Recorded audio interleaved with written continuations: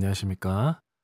오늘의 말씀은 좋은 형이라고 하는 제목으로 두 번에 나눠서 말씀을 전해드리려고 합니다. 오늘은 좋은 형 첫 번째 시간입니다. 누가복음 15장 말씀을 중심으로 이야기를 나누도록 하겠습니다. 먼저 말씀 누가복음 15장 1절부터 3절에 있는 말씀을 읽도록 하겠습니다. 모든 세리와 죄인들이 말씀을 들으러 가까이 나아오니 바리새인과 서기관들이 원망하여 가로되 이 사람이 죄인을 영접하고 음식을 같이 먹는다 하더라. 예수께서 저희에게 이 비유로 이르시되.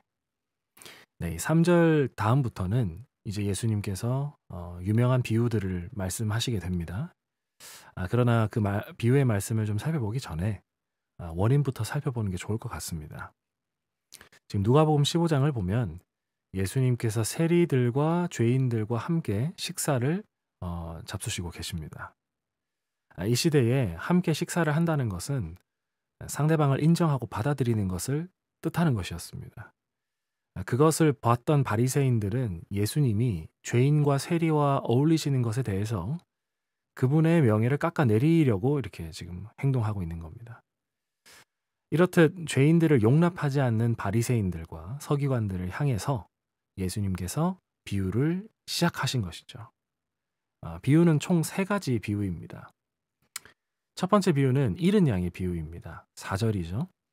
너희 중에 어느 사람이 양 100마리가 있는데 그중 하나를 잃으면 99마리를 들에 두고 그 잃은 것을 찾도록 찾아다니지 아니하겠느냐. 네. 그래서 한 마리 양을 잃어버린 목자가 있는데 목자가 그 양을 찾아 나서는 이야기가 첫 번째 비유로서 등장을 하고 있습니다. 그리고 6절에 그 양을 찾고 나서 함께 기뻐하고 즐기는 잔치가 벌어지는 이야기가 이어집니다. 두 번째 비유는 잃어버린 동전에 대한 비유입니다. 누가복음 15장 8절 9절에 있는 말씀입니다. 어느 여자가 10드라크마가 있는데 하나를 잃으면 등불을 켜고 집을 쓸며 찾도록 부지런히 찾지 아니하겠느냐. 또 찾은즉 벗과 이웃을 불러 모으고 말하되 나와 함께 즐기자. 잃은 드라크마를 찾았노라 하리라. 네, 두 번째 이야기도 한 여인이 이제 시집 올 때 받았던 동전 10개가 있었는데 그중 하나를 잃어버리고 열심히 찾다가 결국 찾게 됩니다. 그리고 똑같이 기뻐하면서 사람들을 모으고 잔치를 벌이는 이야기가 주어지고 있습니다. 자, 이제 세 번째 비유입니다. 세 번째 비유는 잃어버린 아들에 대한 비유입니다. 누가복음 15장 11절 12절이요. 또 가라사대 어떤 사람이 두 아들이 있는데 그 둘째가 아비에게 말하되 아버지여 재산 중에서 내게 돌아올 분깃을 내게 주소서 하는지라. 아비가 그 살림을 각각 나누어 주었더니. 예, 두 아들 중에 둘째가 아버지의 재산을 미리 받아서 집을 떠나서 허랑방탕하게 살다가 다시 가난하게 돼서 다시 집에 돌아오는 이야기가 이제 세 번째 비유입니다. 자, 여러분, 이 3가지 비유를 보면 공통점이 있습니다. 그게 무엇이냐면 첫 번째, 두 번째, 세 번째 다 무언가를 잃어버렸다가 되찾는 이야기입니다. 첫 번째는 양을 잃어버렸다가 되찾고, 둘째는 동전을 잃어버렸다가 되찾고, 세 번째는 아들을 잃어버렸다가 되찾습니다. 그런데 앞에 2가지 비유와 세 번째 등장하는 이 비유가 극명하게 다른 점이 있는 것을 우리가 알 수 있습니다. 처음 두 비유는 무언가 잃어버렸을 때에 그거를 찾는 사람이 있습니다. 양을 찾는 목자가 있었고 동전을 찾는 여인이 있었습니다. 그렇죠? 근데 우리가 만약에 세 번째 이야기를 듣고 있습니다. 우리가 상상을 한번 해봅시다. 지금 우리는 잃은 아들에 대한 비유, 탕자의 비유를 우리는 너무 잘 알고 있습니다. 그래서 이것이 그냥 우리에게 특별하게 와닿진 않지만 우리가 한 번도 이런 얘기를 들어보지 못했다라고 가정하고 지금 예수님께서 이 비유를 얘기하실 때 우리가 앞에서 듣고 있었다고 생각합시다. 첫 번째 양을 잃은 자가 양을 찾았고 그리고 동전을 잃어버린 여인이 동전을 찾습니다. 세 번째, 아들이 집을 나갑니다. 아들을 잃어버린 겁니다. 그런데 이 세 번째 비유에서는 극명한 차이점이 있는데 무엇이냐면 잃어버린 아들을 찾아 나서는 사람이 아무도 없다라는 겁니다. 첫 번째, 두 번째 비유에는 잃어버린 것을 찾는 사람이 있다면 세 번째 비유에서는 그런 사람이 등장하고 있지 않다라는 것이죠. 세 번째에서는 잃어버린 아들이 스스로 돌이켜서 아버지 집으로 돌아오기 때문에 그렇습니다. 예수님께서는 일부러 이런 허를 찌르는 이야기를 하고 계시는 겁니다. 그래서 듣는 사람들에게 둘째 아들을 찾아러 나가야 했을 사람이 누구였을까 생각하게 하시는 거죠. 다시 돌아와서요. 왜 예수님께서 이 비유를 이야기하게 되었는지 그 원인을 다시 보겠습니다. 1절부터 3절이에요. 모든 세리와 죄인들이 말씀을 들으러 가까이 나아오니 바리새인과 서기관들이 원망하여 가로되 이 사람이 죄인을 영접하고 음식을 같이 먹는다 하더라. 여러분, 우리는 가인과 아벨 이야기를 알고 있습니다. 둘이 형제였죠. 하지만 아벨의 제사만 하나님께서 받으시자 가인이 분노했고 그 시기심으로 가인은 아벨을 살해하게 됩니다. 살인을 저지른 가인에게 하나님이 묻습니다. 내 아우 아벨이 어디 있느냐? 형인 가인이 얘기합니다. 내가 알지 못합니다. 내가 아우를 지키는 자입니까?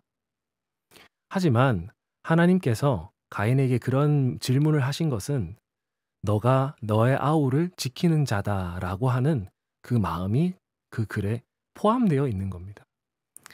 가인은 아벨을 지켜야 하는 사람이었고 아벨을 시기하거나 미워해서 죽이려고 하지 말아야 했던 것입니다. 잃어버린 아들의 비유, 탕자의 비유에서 둘째 아들이 집을 나갔을 때 그 집 나간 아들을 다시 찾아와야 했던 사람이 누굴까요? 말하자면 첫째 형이 그렇게 해야 했습니다. 지금 세리와 죄인들이 하나님께로 돌아와서 예수님께로 돌아와서 함께 밥을 먹고 있습니다. 말하자면 잔치가 벌어진 겁니다. 그러면 형은 함께 기뻐해야 하는데 형이 기뻐하지 않는 것입니다. 세리와 죄인들이 예수님과 함께 밥을 먹을 때 그걸 지켜보던 바리새인들과 서기관, 영적으로 형의 입장에 있는 그들은 예수님과 함께 기뻐하며 그 잔치에 참여해야 했습니다. 그런데 그렇게 하지 않은 것입니다. 누가복음 15장 26절부터 28절입니다.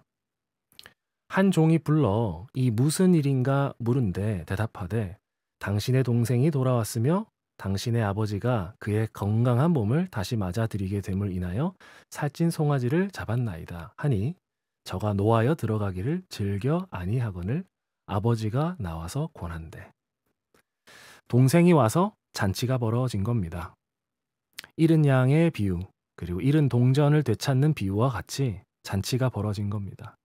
하지만 첫째 형은 그 잔치에 참여하지 않으려고 했습니다. 오히려 화가 난 상태를 이야기하고 있는 것이죠. 29절 30절입니다. 아버지께 대답하여 가로되 내가 여러 해 아버지를 섬겨 어김이 없거늘 내게는 염소 새끼라도 주어 나와 내 벗으로 즐기게 하신 일이 없더니 아버지의 살림을 창기와 함께 먹어버린 이 아들이 돌아오매 이를 위하여 살찐 송아지를 잡으셨나이까. 아버지, 전 아버지의 명령을 어긴 적이 없습니다. 저 같은 아들이 인정을 받아야 하고 저 같은 사람을 위해서 잔치가 배설되어야 하는 것이 아닙니까? 어떻게 저런 죄인을 위해서 잔치를 베푸십니까? 자신이 동생이라고 얘기하지도 않고 그저 이 아들이 돌아오매라고 하면서 선을 긋는 모습을 볼 수가 있습니다. 팀 켈러라는 목사님이 이에 대해서 이렇게 얘기합니다. 오늘날 교회에 불신자와 구도자들이 유입되는 것이 어려운 이유에 대해서 말하면서 교회 안에 이런 비유에 나오는 형과 같은 사람들이 많이 있기 때문에 라고 지적합니다. 여러분, 새로운 신자들이 들어오거나 믿음이 이제 갓 자라나기 시작한 연약한 사람들이 교회에 왔을 때에 형된 사람 입장에서는 동생을 사랑하고 맞아줘야 하는 것이 마땅한 것입니다. 예수님께서는 이 비유를 통해서 죄인들과 세리들을 배척하고 미워했던 바리새인들과 서기관들에게 함께 잔치에 참여하고 동생들을 더 사랑해 줄 수 있는 좋은 형이 되라고 이야기하고 계시는 것이죠. 로마서 15장 1절에 있는 말씀입니다. 우리 강한 자가 마땅히 연약한 자의 약점을 담당하고 자기를 기쁘게 하지 아니할 것이라. 바라기는 우리 영남 농원에 있는 모든 교회에 좋은 형들이 많이 있어서 연약한 자들을 미워하지 않고 혹 정죄하지 않고 사랑으로 보듬어 줄 수 있는 그런 좋은 형들이 많기를 간절히 바라면서 말씀을 마치도록 하겠습니다.